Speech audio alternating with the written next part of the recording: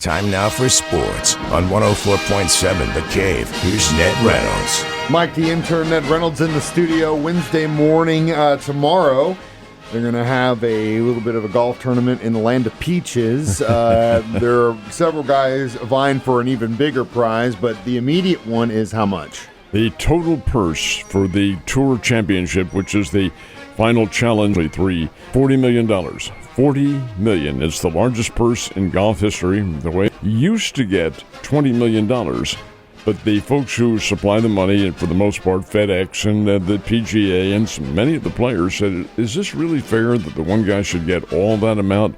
And they said, you know what, it probably is not. So they downscaled a little bit. The winner only gets $10 million now. Come on, $10 million to win that thing. And the top 8 finishers earn over $1 million. There's a lot of money on that Pro Golf Tour, folks. Now, while the winner gets $10 million, there are also little subsidies involved that it's really kind of an engendered circumstance as you go down the line, because there are other ways to continue to add to that purse. Let's take Scotty Scheffler, for instance. This year on the Pro Tour, he has already won $46 million. And he could add to that with another $10 million plus from the Tour Championship, which begins tomorrow in Atlanta. It's very interesting. It's only 30 golfers. They're the only ones who play, and it's really tough competition. Definitely is, and it is a lot of fun to watch until you fall asleep in that sofa. WNBA, again, I can't say any good things about the competition that league has shown us, and it looks like a local Missourian basketball player, Sophie Cunningham, is gone down, right? She has for the rest of the season. That's too bad, too. A 4-year All-America at Mizzou, and, of course, she was down here often with Columbia Rockbridge, which is her prep alma mater, and with Mizzou, too, when they played the Lady Bears. But Sophie's a great player and a terrific player in the WNBA, an all-pro guard for this year, the Indiana Fever. She had been playing elsewhere out in Phoenix and so forth and so on, but got traded. Well, unfortunately, in the game on Sunday, a player fell into her from the side, buckled her knee, and her MCL, that's the medial collateral ligament, was knocked out and needs to be repaired, and it's about a year recovery. That's too bad, too, because Sophie, a very good and very tough player. You might remember a couple of weeks ago, she got into a situation where she grabbed the player going in for a layup and wrestled her to the ground. That didn't go over very well, but be that as it may, she's a hardcore competitor out for the rest of the year. And it looks like Ned's got his giant, big old dusty book of facts 74 years ago today. No, yesterday. Yesterday? Mm-hmm. And, of course, you're going to bring it up because every year you bring it up. Well, I do. It's Eddie Gaedel, who went to bat up in St. Louis, the smallest player in Major League history at 3'7", and we know all about the stunt that Bill Veeck pulled. But what about the day and days afterwards? Well, you have to understand that Major League Baseball owners back then despised Bill Veeck, hated him. Now, he'd been around. He'd owned teams, owned the world champion Cleveland Indians in '48, and owned the Browns, later owned the Chicago White Sox. But Veeck, who was a stuntman, among other things, I mean, this guy was as creative as they possibly come, was not popular with the owners because they felt he's making a mockery of our game. Well, maybe he was, but it needed to be done. Anyway, they came down hard on him, and some sued him, some wanted to force him out of the game, and so forth. None of that worked until he decided and told the owners, and this is how vindictive they can be, he said, I'm going to take my franchise, the St. Louis Browns here, and I'm going to move them to Milwaukee. And the owners said, are you still going to own the team? Yes. Nope, we won't permit it. We won't allow a move to Milwaukee. Well, that made Veeck nothing more than angry.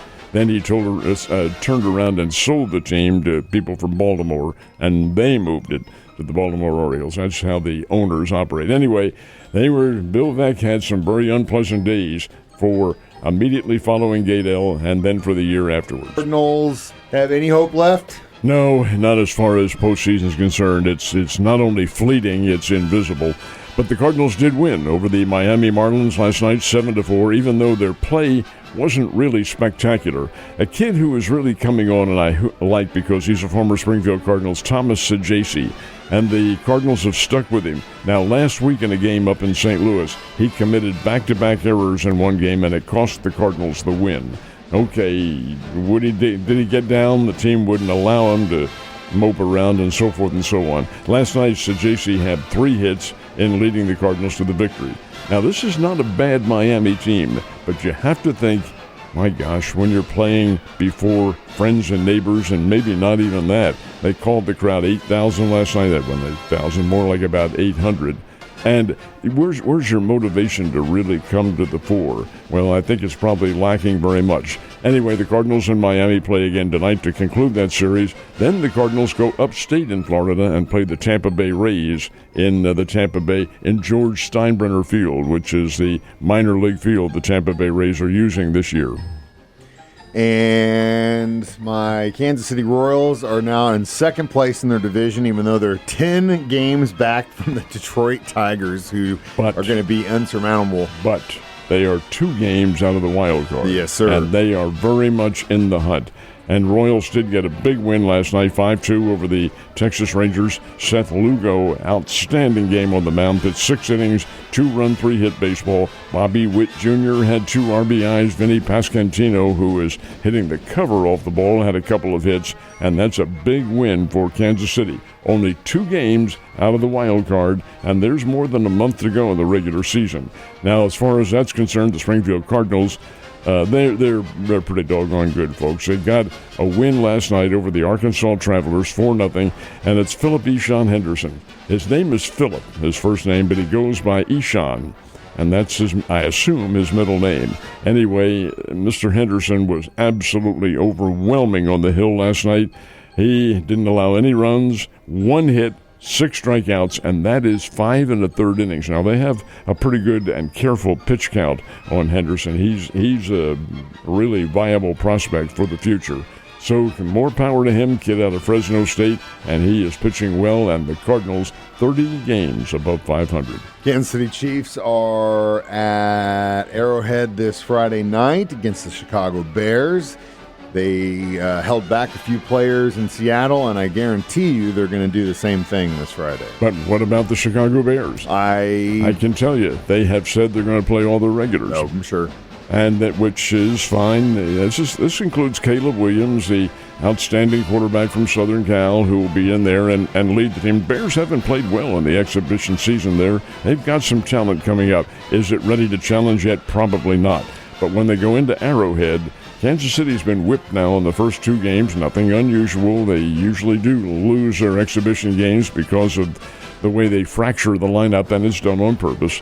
But in regards to the Chicago Bears, no telling what might happen on Friday night. Anyway, that game will be right here on the Cave, 104.7 The Caves, with the kickoff set for 7 o'clock and the pregame show, Ned Talk, starting at 5. It's always a blast, and now that you guys got Art on the conversation, you, Joe, Art, and Josh, or whoever shows up, Alec, it's always a good time. And you can always download them as a podcast for free on our 104.7 The Cave app. Ned, have a good Wednesday. I'll see you tomorrow.